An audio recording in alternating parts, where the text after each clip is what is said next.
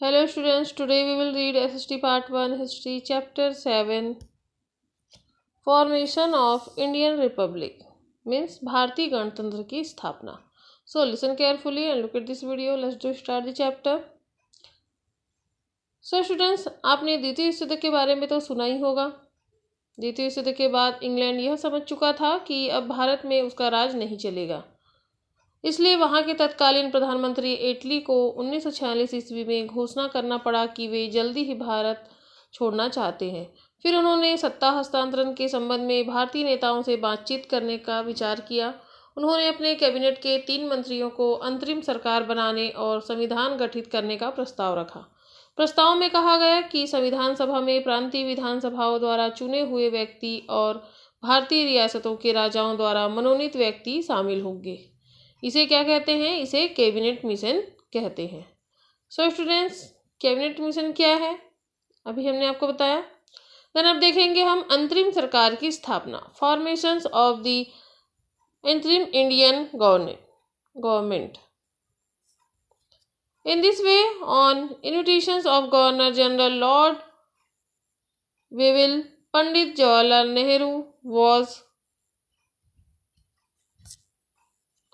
appointed as leader of interim government in 1946. Other than this, under the presidency of Dr. Rajendra Prasad, Constitution Assembly was formed, which started functioning in December 1946. But Muslim League and its leader did not take part in it. Means अंतरिम सरकार की स्थापना किस प्रकार हुई? Viceroy Lord Wavell के आमंत्रण पर केंद्र में जो है पंडित जवाहरलाल नेहरू के नेतृत्व में एक अंतरिम सरकार 1946 ईस्वी में बनी थी. इसके अलावा डॉक्टर राजेंद्र प्रसाद की अध्यक्षता में संविधान सभा का गठन हुआ, जिसने दिसंबर 1946 ईस्वी में अपना काम शुरू कर दिया. लेकिन मुस्लिम लीग तथा राजाओं ने उसमें भाग नहीं लिया था. देन अब देखते हैं हम demand for Pakistan by league. जो demand for Pakistan by league means league द्वारा पाकिस्तान की मांग है ना. Muslim league was demanding for splendid Pakistan, but Congress does not want division of Pakistan. But league started stressing on their demand. They did not join the interim government earlier, but later joined and kept interfering and disturbing in functioning. जो मुस्लिम league पृथक पाकिस्तान की मांग पर अड़ी हुई थी. जब मुस्लिम league की स्थापना हुई तो मुस्लिम लीग क्या है, अलग पाकिस्तान मांग रहा था, है ना, कि अलग पाकिस्तान होना चाहिए. लेकिन कांग्रेस शुरू से ही भारत का विभाजन नहीं चाहती थी, किंतु लीग अपनी मांग पर जोर देने लगी. वह पहले अंतरिम सरकार में भी शामिल नहीं हुई थी, मगर बाद में शामिल होकर उसके कार्यों में बाधा पहुंचाने लगी थी. सो स्टूडेंट्स, फाइंड आउट, आप लोग पता करें. Do you know what are the impact of the interference of the functioning of cabinet minister. मंत्रिमंडल की कार्यवाही में बाधा पड़ने से क्या असर पड़ता होगा, क्या आपको पता है? देन अब देखते हैं state action day of league. League की सीधी कार्रवाई दिवस. Now Muslim league wanted a split Pakistan at any cost. Therefore it was announced that 19 August 1946 would be a state action day, due to which communal riots took place in Bengal, Bihar, Bombay, etc. In this riot districts, bloodshed took place between Hindus and Muslims. To stop this riot, Britishers did not do much.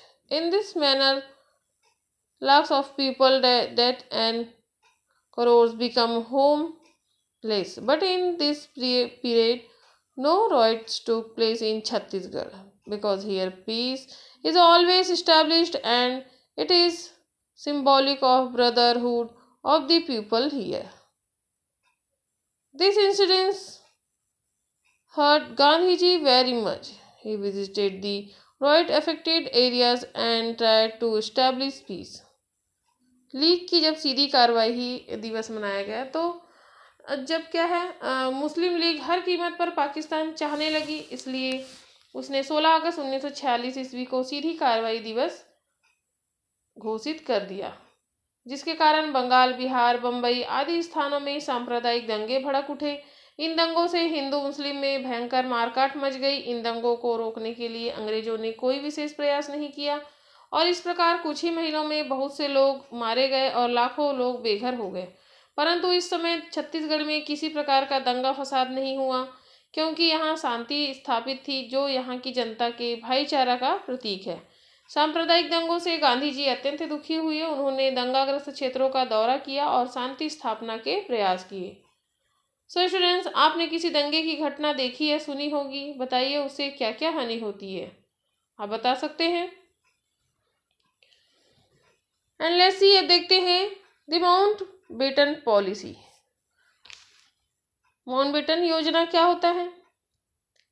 In this period of energy in March 1947, Lord Mountbatten was appointed as new Secretary of India. He talked to both the leaders of two different groups and sects. After that, he proposed to divide India into two nations, India and Pakistan, and this policy of two independent nations. अराजकता के ऐसे वातावरण में मार्च 1947 ईस्वी में Lord Mountbatten नए viceroy बनकर भारत आए थे। उन्होंने दोनों संप्रदायों के प्रमुख नेताओं से बातचीत की। इसके पश्चात उन्होंने भारत का विभाजन कर दो स्वतंत्र राष्ट्रों मीन्स भारत और पाकिस्तान निर्माण की योजना प्रस्तुत की। सो स्टूडेंट्स, आपने देखा कि कैसे भारत और पाकिस्तान अलग हो गए। जब भारत और पाकिस्तान का भारत का बंटवारा हुआ और कैसे वो दो स्वतंत्र राष्ट्रों में अलग हो गए। देन अब देखते हैं भारत विभाजन, partition of India. Partition of India. Congress was strong believers of unity and integrity of India, but after Hindu-Muslim communal riots, it was decided to divide the country. Though he did not want it in this manner, Western Punjab, Eastern Bengal, Sindh and Northwestern border, all these province was jointly known as Pakistan and it was another country. Congress शुरू से ही भारत की एकता और अखंडता चाहती थी, मगर उसने हिंदू मुस्लिम के आपसी झगड़े का अंत करने के लिए भारत विभाजन को न चाहते हुए भी स्वीकार कर दिया। इस प्रकार पश्चिम पंजाब, पूर्वी बंगाल, सिंध और पश्चिम उत्तर सीमा प्रांत को मिलाकर पाकिस्तान का पृथक राष्ट्र बना दिया गया। अखंड भारत का विभाजन भारतीयों के लिए अत्यंत दुखद घटना थी। विभाजन के बाद भी विभिन्न स्थानों में हिंदू मुस्लिम दंगे हुए, विशेषकर पंजाब और बंगाल में। ये दंगे अविश्वास का वातावरण बनाते हैं, इससे धन और जन की हानि होती है, ये समाज के विकास में बाधक होते हैं। इसलिए विभिन्न धर्मों के लोगों को हमेशा मिलजुल कर रहना चाहिए। भारत विभाजन से कई आर्थिक समस्याएं भी पैदा हुई। जूट और सूती कपड़े के अधिकांश कारखाने भारत में रह गए, मगर जूट और कपास उत्पादन के अधिकांश क्षेत्र पाकिस्तान में चले गए। इससे जूट और सूती कपड़े के कई कारखाने बंद हो गए। गेहूं, चावल और सिंचाई के अधिकांश क्षेत्र पाकिस्तान के क्षेत्र में चले गए। इससे कुछ दिनों तक भारत में अन्न का अभाव भी रहा। सो स्टूडेंट्स, देखा आपने कि किस तरह से जो है विभाजन का जो प्रभाव लोगों पर पड़ता है और बहुत ही धन जन की हानि होती है।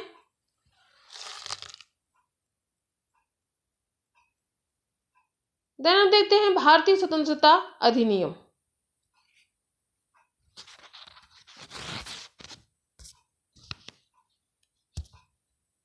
India independence act. On the basis of Mon policy, Indian Independence Act was passed by Parliament of England on 18 July 1947.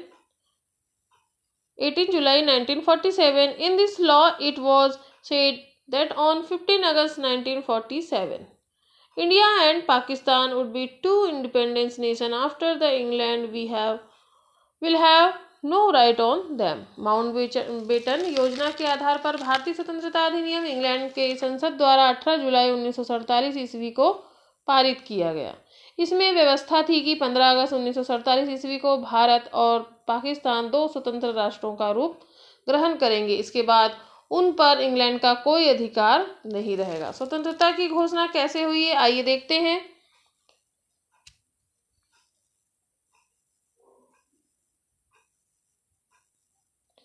Declare of Independence Day. In this way, in midnight of 14 August, when 15 August 1947 started, at the time, Pandit Jawaharlal Nehru announced India as independent nation and said, with independence, a new life of freedom arose in India. Constituent Assembly started working as Parliament House. First Prime Minister of India was Pandit Jawaharlal Nehru and first Governor General was Lord Mountbatten.